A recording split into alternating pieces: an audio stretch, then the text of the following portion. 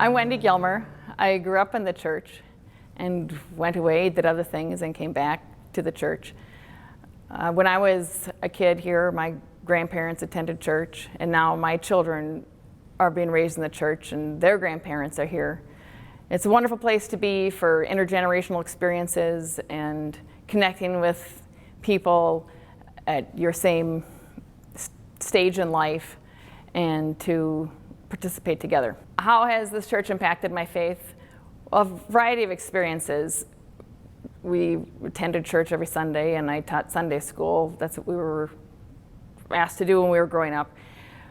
And so I felt connected to church, but I didn't really fully take on my faith.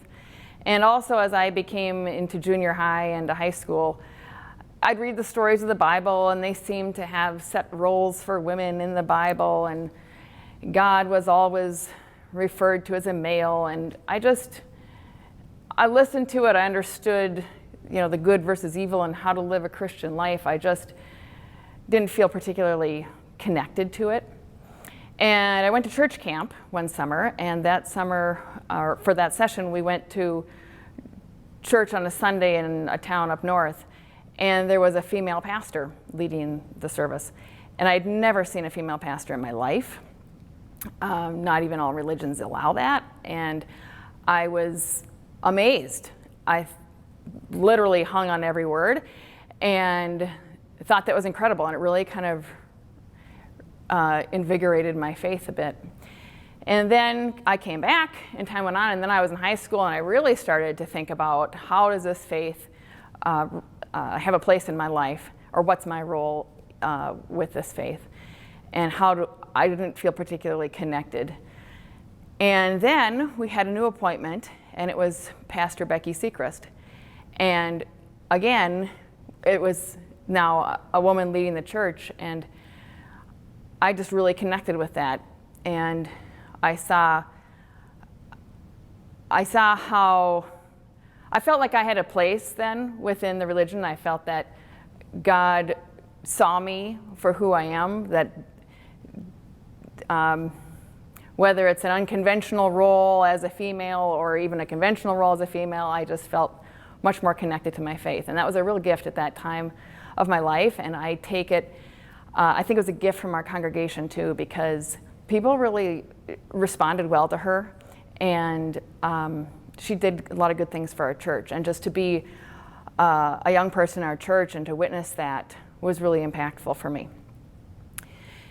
And she was important too. I mean, it turns out she ended up marrying us. My husband's dad, so Jake's dad is a pastor, so he of course did the sermon. But the vows were done by Becky, and that was after Jake and I had already moved to New York, and we came back to get married here, and she was off to another church, and this church allowed that to happen too. Allowed to share the pulpit with other pastors. So there's just a real openness and a willingness to try new things and to be open to new ideas and to listen to people. The common ground, of course, is our Christian values, and I think as long as we have those, it's made us really able to just view life from different lenses, which enhances us all. So I'm very, very appreciative of that. And I know that really affected my faith, because I feel like there's a place for that, and I feel like God accepts me how I am. And I do connect with the Bible, even stories that do have specific gender roles. Now we've got Pastor Stina and Pastor Chad, they both talk about the stories as they are, and then they explain the context of the stories.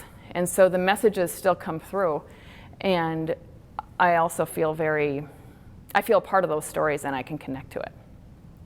So as we move forward, that's a real important thing for me, that our church has been so open to change and we embrace it, and I think it's made us stronger for who we are and how we can impact the world that we live in.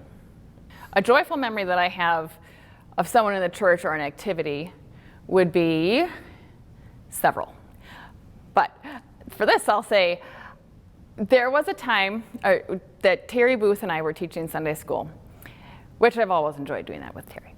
And Jan Johnson requested to do a project with the kids. And Jan was kind of new to town, and I had known her and around town, different things.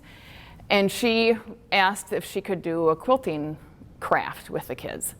And of course, that would be wonderful. And she came in with all the quilting materials, and we had about 20 to 30 kids, preschool to second grade, a particularly antsy bunch of kids, I have to say, that particular year. And she laid out everything and started talking to the kids about quilting. And she wanted them to explaining what to do and how they were going to take these pieces of the quilt and draw pictures about God, God's love for them, something that brings joy and makes them feel connected to God. And these kids were completely enthralled with what she was doing. And she, just the way she presented it, I'd never seen this part of her.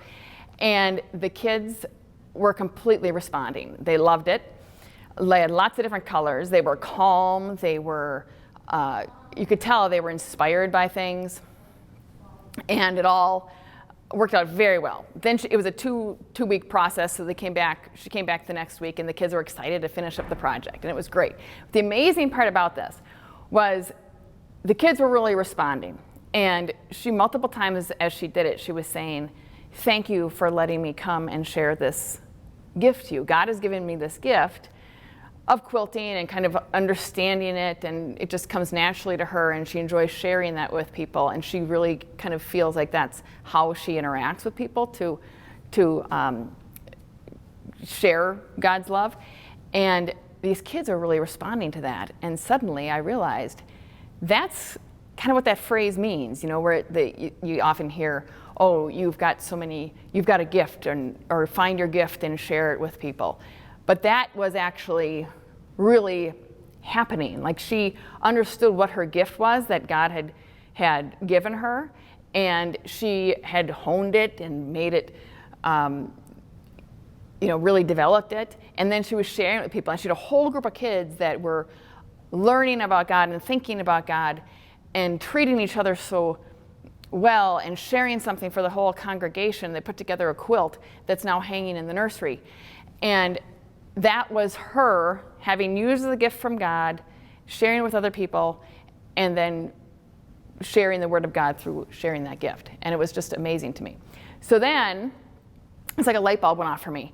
And now, when we're doing the church Christmas play, that's really what we focus on, that it's these kids are sharing their gifts, so that they kind of can tap into that.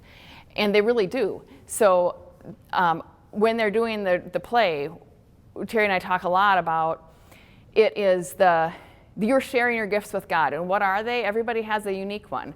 You might not even know what all your gifts are. I'm sure they don't actually when they're that young.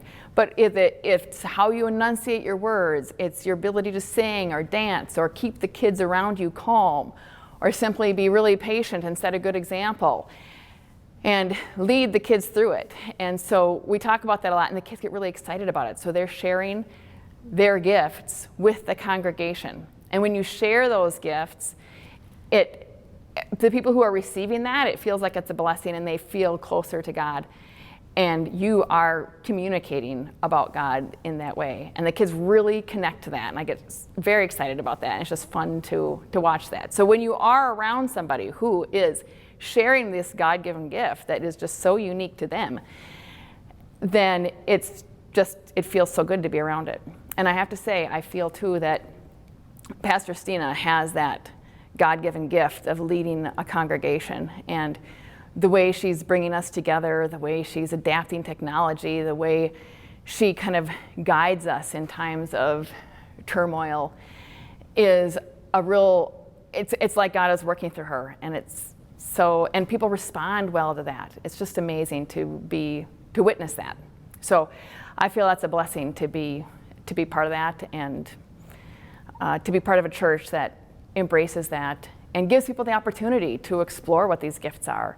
And when we are presented with them, we respond well, and we do feel that as a blessing. It's a lot of love. My prayer for the church would be to continue to identify and recognize our gifts as a congregation. We have so many things that are wonderful.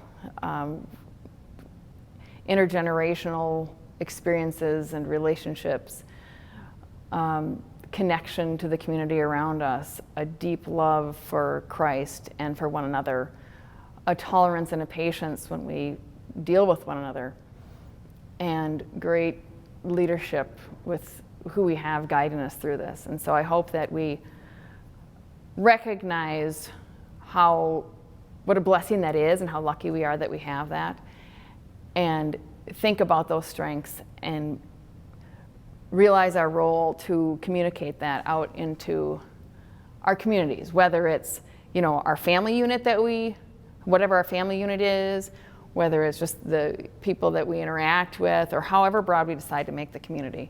And I think that we have a real opportunity to share God's message and God's love for people. And I think when we do that, our church thrives as a church.